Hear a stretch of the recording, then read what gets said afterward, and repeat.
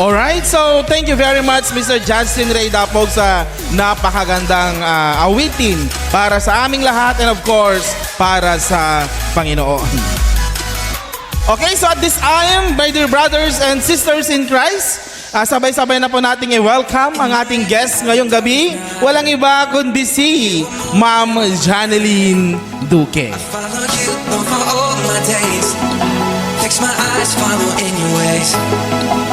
Ayan, so take your seat, Ma'am Janeline.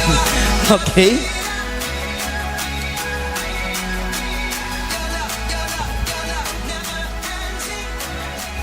Thank you, Sir Joey. Okay, so Ma'am Janeline, maraming salamat sa pag-unlock sa aming imbitasyon para maging guest namin ngayong gabi. So it's an honor for us to have you sa show po natin, Cristiano, #The Voice of Truth.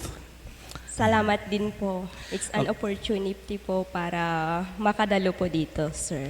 Okay, so ma'am, bago po tayo magpatuloy, gusto ko lang po batiin si Ma'am Janeline ng Happy Teacher's Day. Ayan. Salamat, sir. Happy Teachers din po. Okay, maraming salamat din po. Alam ko na siguro napagod po si Ma'am Janeline ngayon kasi Friday, alam niyo po kasi pag Friday, maraming ginagawa si teacher. Pero maraming salamat pa rin po ma'am dahil nakarating ka po sa show po ng COG Youth Empowered ngayong gabi.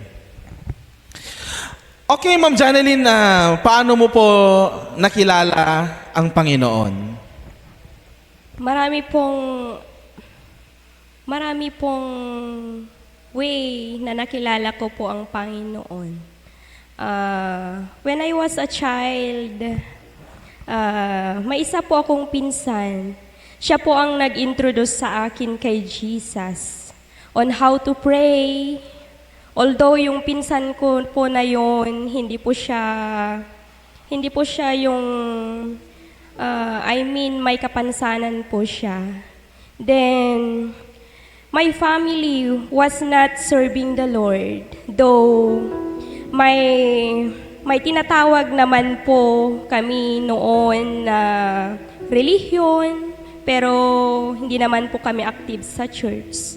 Then, at the same time, habang siguro mga grade 4 po ako, when I started to come to church dito po sa COG.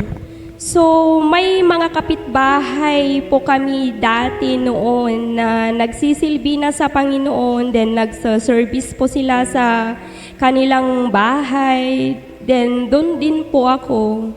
Then, nawala din po yung spirit po na ganun. Then, when I was in high school po, parang wala lang. Then, Pastor Joey, I remember nung nagpupunta po kayo sa Ricardo dati noon. Okay, so estudyante ka pa lang noon. Yeah. Okay. Ang tanda ko na Estudyante pa pala. lang po ako noon.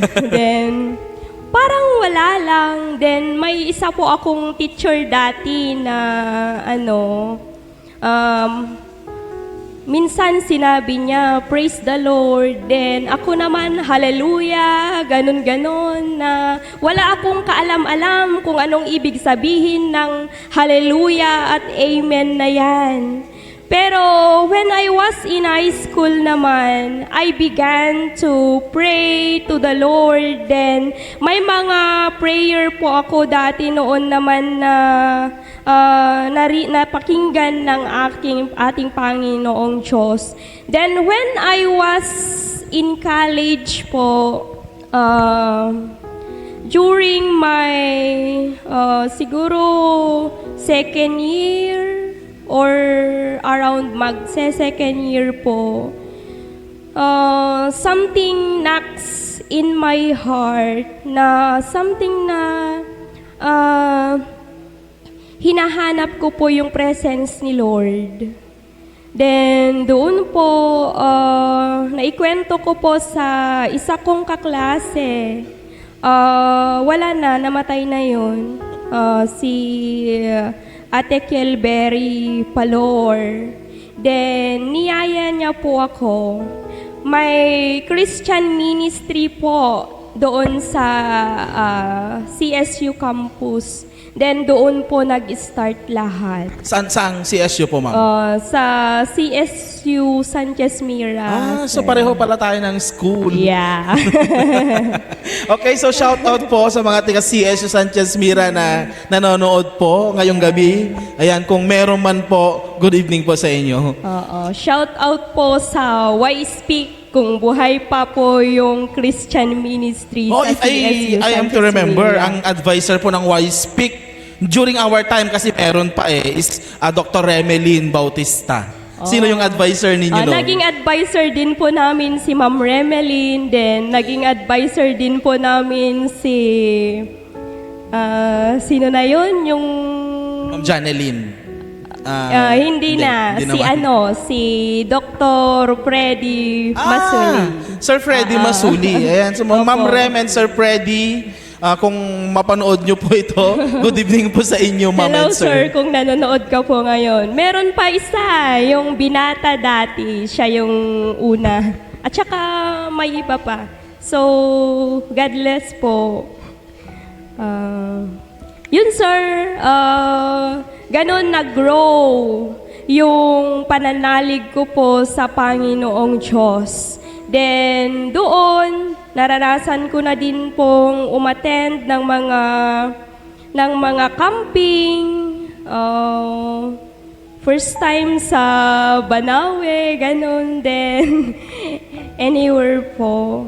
So, doon ko naranasan, nakakaiba pala yung presensya ng Panginoong Diyos. Lalo na pag nasa camping ka, then pag uwi mo, parang ayaw mo nang umuwi. Yung pakiramdam na nandun kayo lahat, na naniniwala sa Panginoong Diyos, iba yung pakiramdam. Yes, Ma'am Yes. Janeline. Okay, so pwede bang malaman, Ma'am Janeline, kung sino yung nag-invite sa'yo going to this church? Sabi mo kanina yung pinsan mo ba yun, yung may kapansanan? Okay, sino po siya? Si Ate Michelle. Michelle Traigo.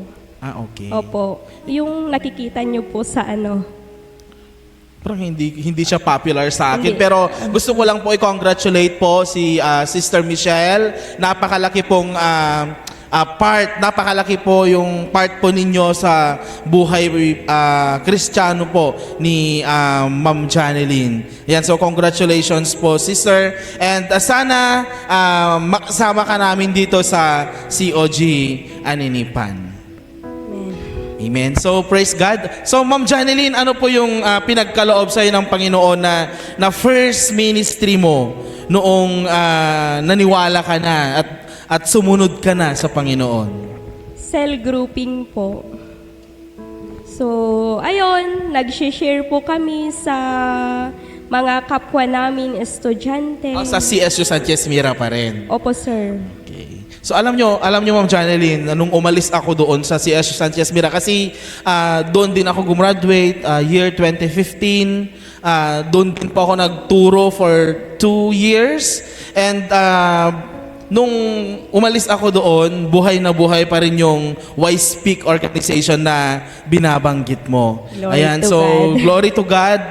Sana marami pa yung ma-inspire, marami pa yung mga taong maligtas dahil sa organization ng Y-Speak ng CSU Sanchez Mira. So sa lahat po ng mga estudyante, guro ng CSU Sanchez Mira, once again, good evening po sa inyong lahat. So Ma'am Janeline, paano mo pinagsasabay yung ministry mo at saka yung sa pagtuturo mo ngayon? So for the information of everybody po, si Ma'am Janeline po ay isa din po siyang pastor. Okay, so paano mo po napagsasabay, Ma'am Janeline, yung pagmi-ministry mo and at the same time yung pagtuturo mo? Pinagsasabay ko po sa awa po ng Panginoong Diyos by the grace of God. So, hawak po niya yung oras. So, I must submit kung ano po yung ibinigay niya po sa akin. So, purihin po ang Panginoong Diyos na hindi ko din po akalain na isang araw magiging isang servant pa pala ako ni God. Despite kung sino man po ako, then kung may itinalaga pala ang Panginoong Diyos sa iyo, kahit takbuhan mo, hindi mo matatakbuhan. So, si God ang mabigyan ng papuri.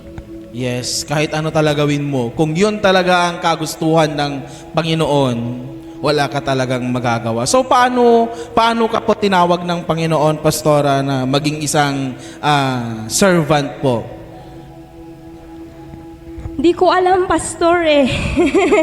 Pero sabi ng nanay ko, when I was on my mother's womb, palabasa daw siya ng Biblia.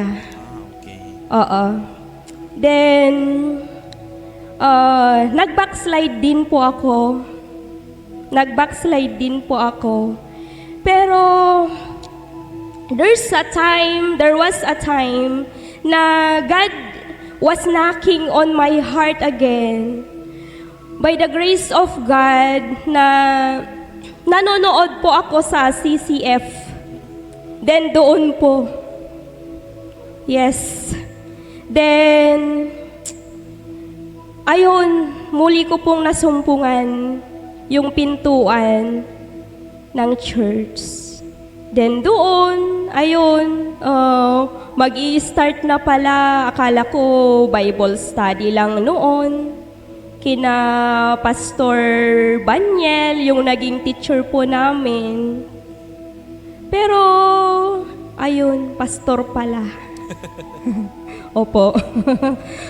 So ano po, Ma'am Janeline, yung mga naging challenges mo nung sumunod po tayo sa kagustuhan po ng Panginoon? Of course, kasama na natin yung mga challenges na yan sa pamumuhay natin dito sa mundo. Okay, at paano nyo po inandel? Siguro po, syempre, oras po talaga yung naging struggle. Pero yung laging nasa isip ko po, that I must manage everything. Dapat balanse po lahat.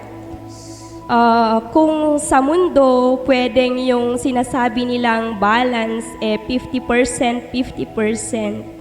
Hindi pwede yun sa Panginoon. Dapat 100% sa Kanya, then 100% din yung mga iba pang gawain mo na ibinigay niya po. Praise God. So, napakaganda po ang kwento ng buhay po ni Ma'am Janeline. At bago tayo magpatuloy, mga kaibigan, ayan, so tayo po ay makakarinig ng isang awitin na ibibigay po sa atin ng isa sa mga miyembro ng worship team.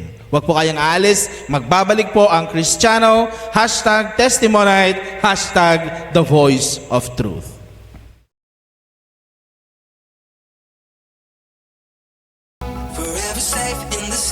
Praise God! At kayo pa rin ay nakatutok sa ating live show tonight. Kristiyano, #Testimonite, #The Voice of Truth. So shout out po muna natin sa mga nanonood po sa ating ngayong gabi.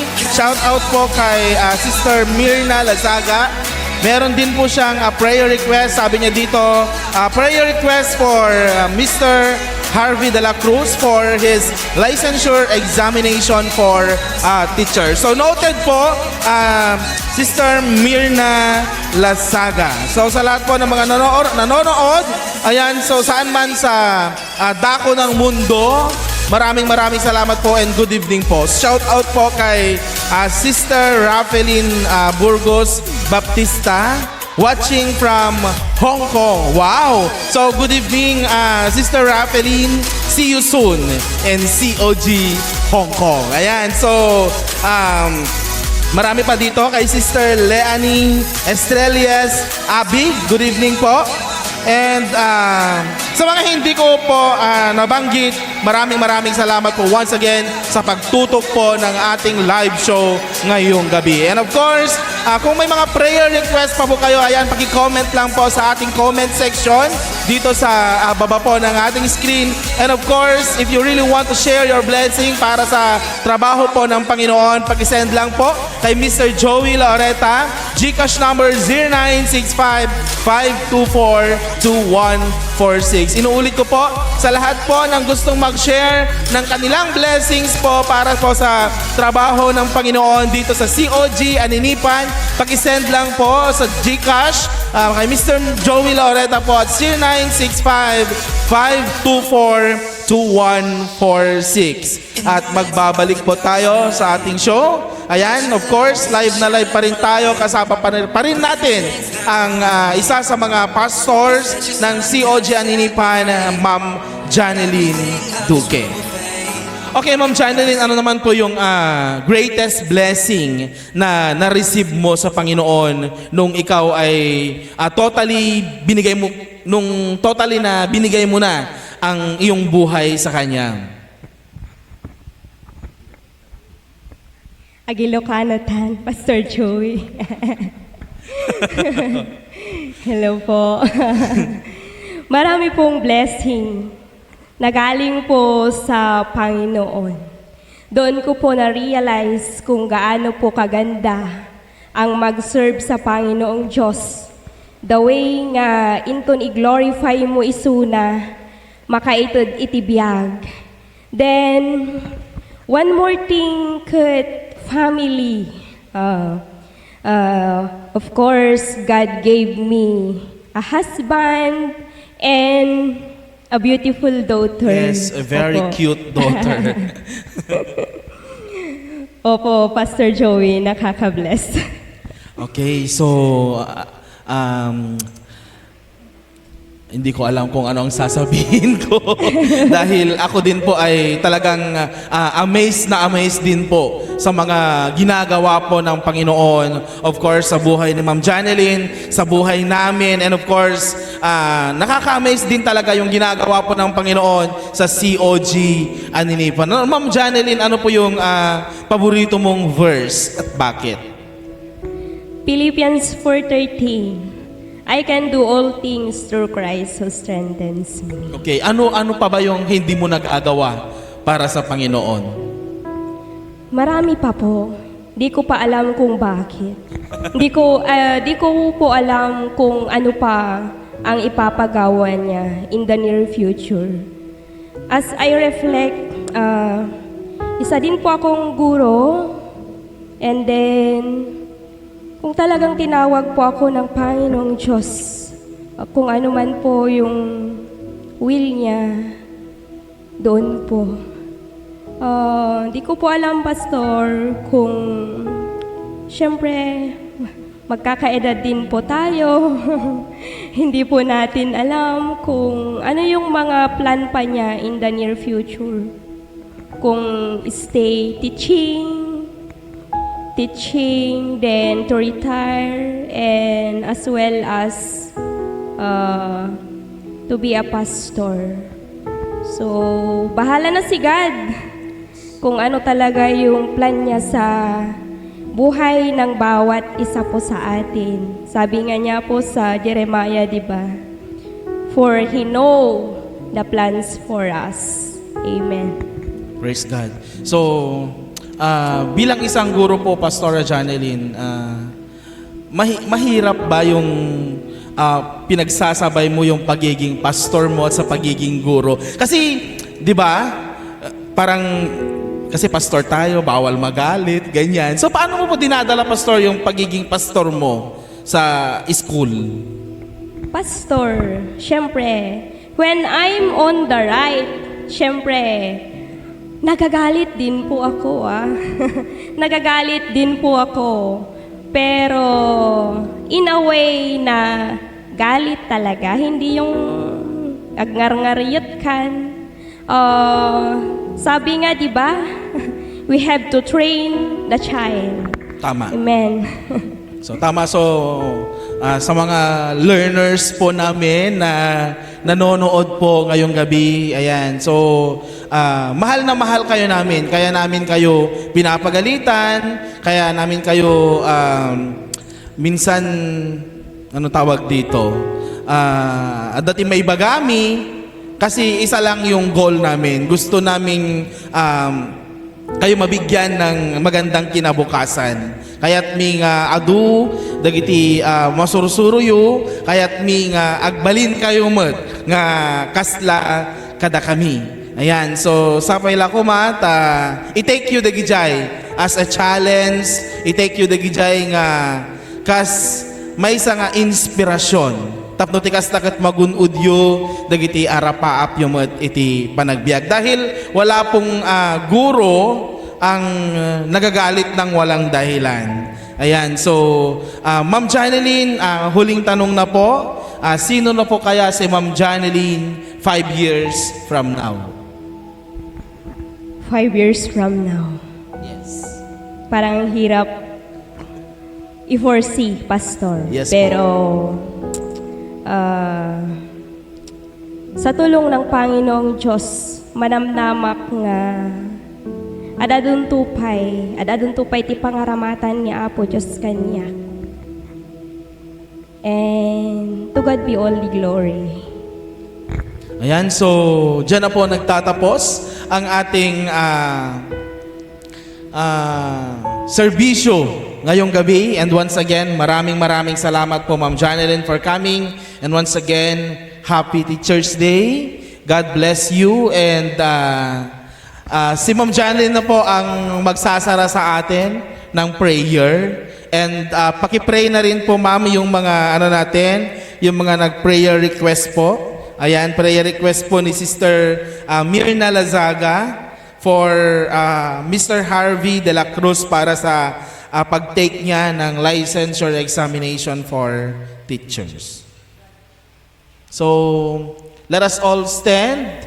Sabay-sabay po nating awitin ang goodness of God at sabay-sabay po tayo manalangin sa Panginoon.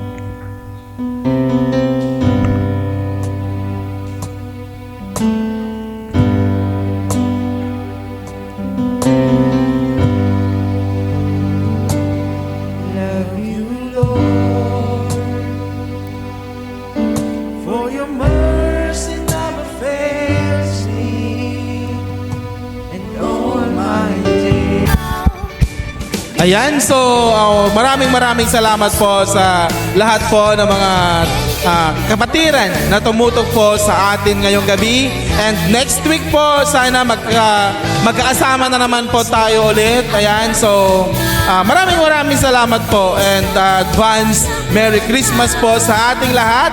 God bless everyone. Ayan, so I would like to acknowledge po yung mga kasama natin ngayong gabi dito sa church. Of course, our bass guitarist, Mr. Jonathan Lara, our keyboardist, Mr. Hans Ugalino, and Mr. Kim J. Lara, our beatbox master, Mr.